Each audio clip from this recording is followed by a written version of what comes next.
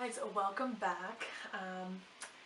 I'm just going to be jumping right into this. I don't want to make a really long intro or anything, so welcome. This video is going to be really quick and it's basically just 5 short recommendations. So these are all under 300 pages and I've read them and loved them all, and I know I personally love short books. They're just so inviting, you know, and you can carry them around with you, and it's just nice because you're like, okay, yeah, I could read that in a couple of days, and you get like kind of like a story concentrated a little bit quicker than, like, especially for me who like doesn't read that many books in a year or that quickly. It's nice because it's like not a month-long commitment or a 2-week or 3-week long commitment, you know what I mean, depending on how much time you have. So I know I'm always looking for new short book recommendations, and so here is my first contribution to you guys. So I hope that you enjoy. Oh, there's a phone call. Okay. Sorry, that was just my dad calling. I think I was just about to start talking about the books I was gonna suggest to you all. So first up, we have Treasure Island by Robert Louis Stevenson.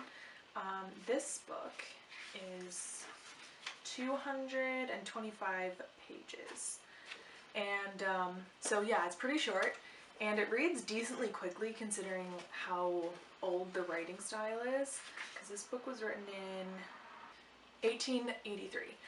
So yeah, so it's a Victorian era, but super cool, like swashbuckly, pirate adventure-y, and just a good time overall, you know. I would recommend, especially during the summer. I read this up at the cottage. Good overall choice. So yeah, that one.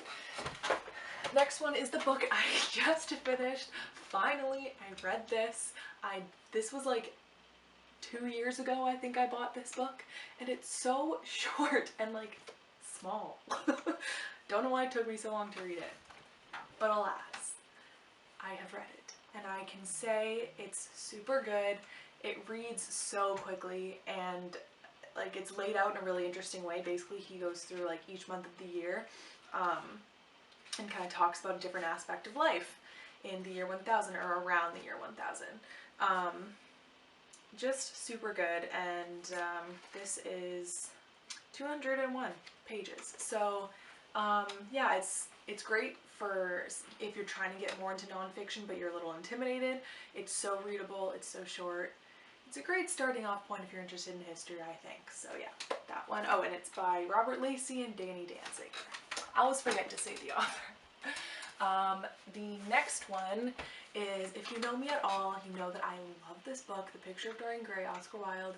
He is my birthday twin. We're both born on October 16th. I just feel so connected after I found that out. His writing is insanely flowery and takes so long to explain things, and he just delves right in and like really describes things. And the conversations, oh my gosh, the conversations, I feel like I'm getting intellectually stimulated and just learning so many new things, and just not even new facts, just like different philosophies and different worldviews, and that's just amazing. And the characters are just great. I could just literally gush about this book for the rest of my life, but I won't. It's amazing, and you guys should read it. It's 219 pages. Read it and your life will be better immediately. So there you go. Book number 4 is Stardust by Neil Gaiman. This book is just like something I wish I wrote, you know what I mean? Like, it's just so full of whimsy, but it's still like an adult book, like there's themes in it. But it's not like too vulgar, it's not too violent or anything, but you know, there is some violence in there, but it's just such a great like adventure-y kind of story. Like, I love the Enchanted Woods kind of vibe that I get from this book. It's like my favorite thing. Oh my gosh, if you have recommendations for books like that, please give them to me. But yeah, this is just so good, and basically, I think I've explained this in a previous video, but in case you're new, it's based in this town called Wall, and I just realized I haven't given like actual synopses for the past two books, but I feel like I don't have to.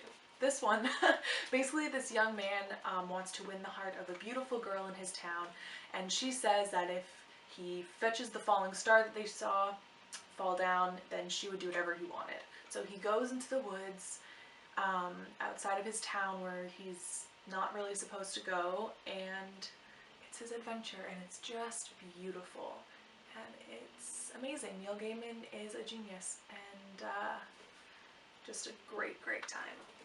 Last book is Flowers for Algernon by Daniel Keyes. It's just like such a unique book. Basically, I don't know, I don't really want to give anything away, but basically it centers around, I think he's autistic. He's like a grown man, and he's got severe autism.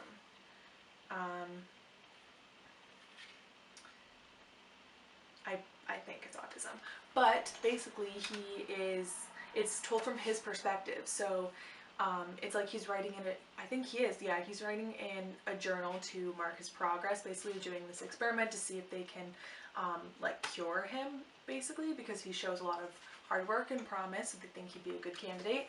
And basically it's his life of being mentally challenged and then being treated and kind of not being anymore. And I just don't want to say anything. It's just so good. And I cried, and it's just great. The characters are really interesting, and just like the story arc is so unique and so like touching. It's just, I don't even, it's been a little bit since I've read it, but I remember what happened, but it's it was just so good. So I definitely think you should read it, and it is 216 pages. 216 pages, so not bad at all, and I'm sure that you will like it. I'm sure you will. And if you do end up reading any of these books, please come back and tell me. We can talk about it, because that's why I want to make this channel, is to talk about books with people. So yeah, I hope that you guys end up giving some of these a try. And again, if you do, let me know. Don't forget to like, subscribe, comment, all that stuff. I'll see you again hopefully soon.